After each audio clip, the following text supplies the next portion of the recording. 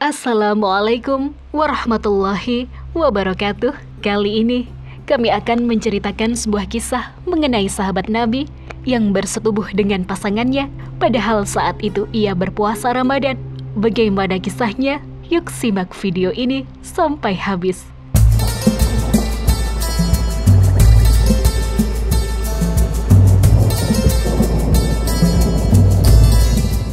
Kisah ini termaktub dalam Sahih Bukhari, salah satu kitab yang jadi rujukan utama terkait hadis. Kisah sahabat Nabi bersetubuh saat puasa Ramadan dikisahkan oleh sahabat Abu Hurairah. Abu Hurairah sendiri nama aslinya adalah Abdurrahman bin Sakhar, sedangkan nama Abu Hurairah diberikan oleh Nabi Muhammad karena kegemarannya terhadap kucing. Abu dalam bahasa Arab bermakna ayah, dan Hurairah adalah kucing. Abu Hurairah bermakna ayahanda dari kucing-kucing.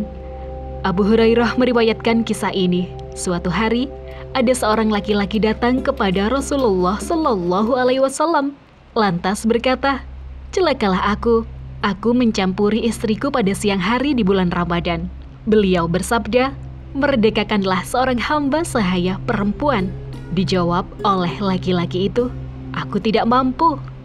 Kemudian beliau, Nabi Muhammad, kembali bersabda, "Berpuasalah selama 2 bulan berturut-turut." Dijawab lagi oleh laki-laki itu, "Aku tak mampu."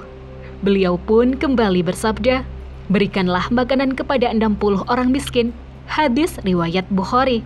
Dari dasar hukum tersebut, menurut mayoritas ulama, khususnya mazhab Syafi'i yang banyak dianut oleh umat Islam di Indonesia, maka seseorang yang bersetubuh di siang hari saat Ramadan, maka puasanya batal. Ia pun dikenakan denda atau kafarat. Kafarat atau denda berdasarkan urutan layaknya hadis di atas. Pertama, memerdekakan hamba sahaya perempuan yang beriman. Kafarat pertama ini sepertinya sudah tidak selaras untuk zaman ini, sebab hamba sahaya atau perbudakan di zaman modern sudah ditiadakan. Lantas, karena tidak ada, maka bisa diganti dengan jenis kafarat yang kedua, yakni berpuasa selama 2 bulan 60 hari secara berturut-turut.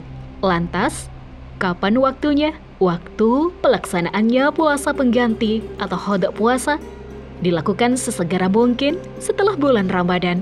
Kafarat puasa ini bisa dilakukan paling lambat sebelum datangnya bulan suci sebelumnya. Akan tetapi, bila seorang muslim tidak sanggup menjalankan kafarat kedua, maka dapat diganti dengan kafarat ketiga, yakni memberi makan 60 orang fakir dan miskin. Terkait jumlah takaran kafarat makanan untuk setiap orang fakir dan miskin, sejumlah 1 mud serta dalam bentuk makanan pokok. Berapa takaran 1 mud tersebut? Dikutip dari kitab berjudul Al-Fiqh Al-Islami wa Adillatuhu karya Syekh Wahab Al-Zuhaili.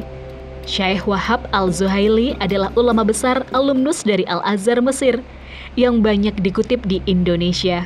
Kitab fikihnya terbit dijadikan sandaran bagi banyak ulama kontemporer. Dalam itu dijelaskan, bila diukur dengan ukuran zaman sekarang, 1 mud setara dengan 675 gram atau 0,688 liter.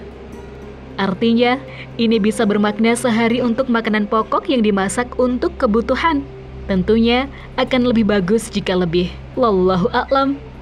Hukum bersetubuh atau melakukan hubungan suami istri di siang hari Ramadan jelas tidak diperbolehkan, terkecuali bila dilakukan saat malam hingga sebelum tiba waktu subuh. Ada kisah menarik yang terjadi kepada sahabat Nabi Muhammad Sallallahu Alaihi Wasallam saat di awal-awal turunnya perintah menunaikan ibadah puasa Ramadan. Salah seorang sahabat melakukan hubungan suami istri. Saat perintah menunaikan puasa di bulan Ramadan baru diturunkan kepada Nabi Muhammad Sallallahu Alaihi Wasallam, para sahabat menganggap bahwa larangan berhubungan suami istri tidak hanya berlaku di siang hari saja, melainkan juga di waktu malam. Diceritakan bahwa suatu ketika Sayyidina Umar bin Khattab dan Sayyidina Utsman bin Affan ternyata melakukan hubungan suami istri di malam Ramadan tanpa menanyakan lebih detail kepada Nabi Muhammad.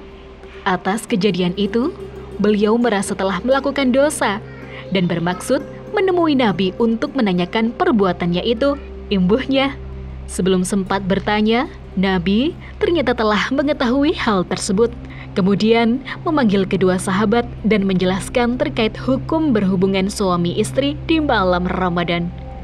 Wahai sahabat, diperbolehkan bagi setiap orang berhubungan suami istri di malam Ramadan. Kata Nabi, diceritakan Kiai Fathur. Seketika itu, Sayyidina Umar dan Sayyidina Utsman merasa lega lantaran hubungan suami istri yang ia lakukan di malam Ramadan justru diperbolehkan, berbeda dengan pemahaman sebagaimana di awal. Alhamdulillah, sejatinya kami hendak menanyakan hal tersebut karena semalam kami telah melakukannya, kata sahabat. Kisah tersebut menjadi asbabun nuzul turunnya Quran surat Al-Baqarah ayat 187. Bismillahirrahmanirrahim. Ahillalakum lailata sayyami rufasu ila nisyaikum hunna libasul lakum wa antum libasul lahunna alimallahu ankum kuntum tahtanuna anfusakum fataba alaikum wa afa ankum fal anna basyiru wa hunna wattahu ma kataballahu lakum wa kullu wasrabu hatta yatabayyana lakumul haitul abyadum minal khaitil aswadi minal fajr summa atimu sayyama ila laili walatubashiruhunna wa antum akifuna fi masajid tilka hududullahi fala taqrabuha kadzalika yubayyinullahu ayatihi linasi la'allahum yattaqun, yang artinya dihalalkan bagi kamu pada malam hari bulan puasa bercampur dengan istri-istri kamu. Mereka adalah pakaian bagimu, dan kamu pun adalah pakaian bagi mereka. Allah mengetahui bahwasannya kamu tidak dapat menahan nafsumu. Karena itu, Allah mengampuni kamu dan memberi maaf kepadamu. Maka, sekarang campurilah mereka, dan ikutilah apa yang telah ditetapkan Allah untukmu. Dan makan minumlah hingga terang bagimu benang putih dari benang hitam, yaitu fajar. Kemudian sempurnakanlah puasa itu sampai datang malam. Tetapi janganlah kamu campuri mereka itu, sedang kamu beriktikaf dalam masjid. Itulah larangan Allah, maka janganlah kamu mendekatinya. Demikianlah Allah menerangkan ayat-ayatnya kepada manusia, supaya mereka bertakwa. Ada makna yang tersirat dari kejadian tersebut. Di antaranya adalah bahwa antara Nabi dan para sahabat terjalin keakraban yang sangat kuat, sehingga perihal mengangkut privasi pun menjadi pembahasan. Turunnya ayat tersebut menampakkan betapa akrabnya Nabi dengan para sahabat, sehingga dalam urusan privasi seperti ini dibahas dengan sangat santai. Demikian salah satu kisah Nabi Muhammad SAW dan para sahabatnya yang bisa dijadikan pembelajaran bagi kita semua.